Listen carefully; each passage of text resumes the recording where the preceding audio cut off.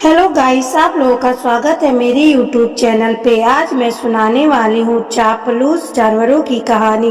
एक समय की बात है, जंगल में एक शेर था जिसका चापलूस कुछ मित्र थे। चील, लोमड़ी, भेड़िया और चीता। चीता हमेशा शेर के पीछे रहता और हमेशा उसकी चापलूसी करते रहते, जिससे जब भी शेर शिकार करता तो कुछ खाता और उसके बाद बचा हुआ उन चापलूसों को दे देता और वो बड़े मजे से भोजन करते। उनको बड़ा ही मजा आता, हमेशा उनको फ्री का खाना खाने को मिलता अपनी चापलूसी के बदले।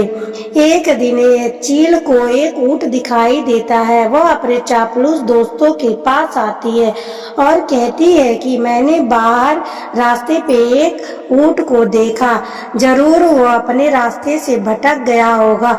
चलो शेर को उसका शिकार करने के लिए मनाते हैं और शेर शिकार कर लेगा तो हम बड़े दिनों तक उसको खाएंगे। तब लोमड़ी कहती है, ठीक है, मैं शेर को मनाऊंगी। लोमड़ी शेर के पास जाती है और कहती है, महाराज, एक बड़ा ही अच्छा ऊंट रास्ते में बैठा हुआ है। अगर आप जाकर शिकार करेंगे तो बड़े मजे से आप खा सकते हैं। और सुना है कि मनुष्य द्वारा पाले गए पशुओं का मांस बड़ा ही स्वादिष्ट होता है। तब शेर कहता है, ठीक है, चलो। अब सब मिलके ऊंट के पास चले जाते हैं। शेर देखता है कि ऊंट बड़ा सा कमजोर है, उसकी आंखें पीली पड़ गई हैं। तब शेर कहता है कि अरे ऊंट भाई, क्या हुआ, बड़े कमजोर लग रहे हो।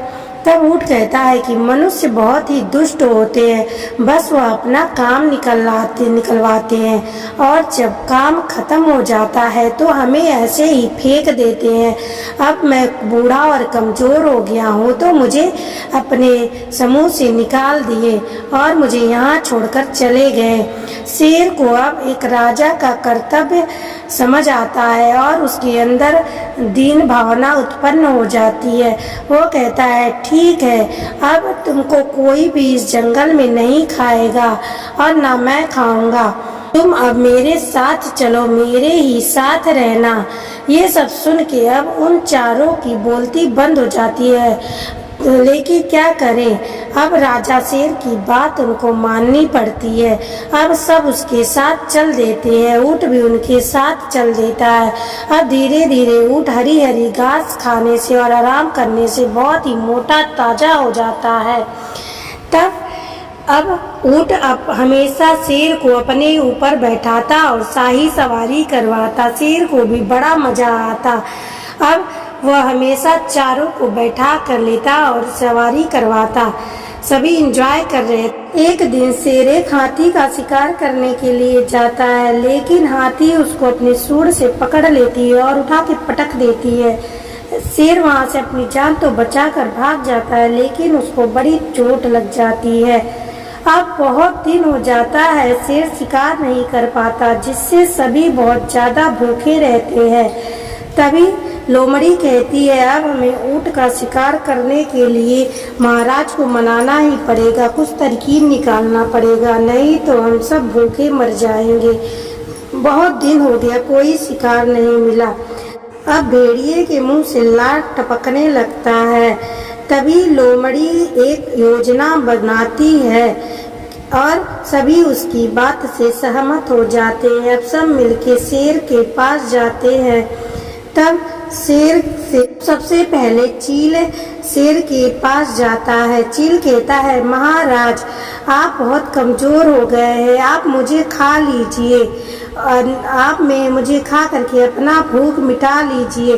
तभी लोमड़ी कहती है, नहीं नहीं महाराज, इसका मांस तो आपके दांतों में ही फंस कर रह जाएगा, आप मुझे खा लीजिए, मुझे खाकर आप अपना भूख मिटाइए। तभी भेड़िया आ जाता है और भेड़िया कहता है कि नहीं नहीं महाराज, इसके शरीर में तो बाल ही बाल है, आप मुझे खा लीजिए, मुझे खाकर भूख मिटाइए। तभी चीता आ जाता है। चीता कह जाता है कि नहीं नहीं महाराज, इसके में तो कोई स्वाद नहीं है, आप मुझे खा लीजिए और मुझे खाकर अपनी भूख मिटा लीजिए। ऐसा सब कहते हैं। तब ऊंट कहता है कि अब मुझे भी कहना ही पड़ेगा। ऊंट शेर के पास जाता है और कहता है कि महाराज आप मुझे खा लीजिए, मुझे खाकर अपना भूख मिटा लीजिए। तब ऐसा सुनते ही सभी कहते हैं कि महाराज अब इसको खा लीजिए, जब वो अपने आप ही कह रहा है तो। अब ऐसा कहते ही सभी उसके ऊपर टूट पड़ते हैं और उसको मार देते हैं। तो इस कहानी से हमें यह सीख मिलती है कि कभी चापलूसों के साथ दोस्ती नहीं करनी चाहिए। चापलूसों की दोस्ती हमेशा महंगी पड़ती है।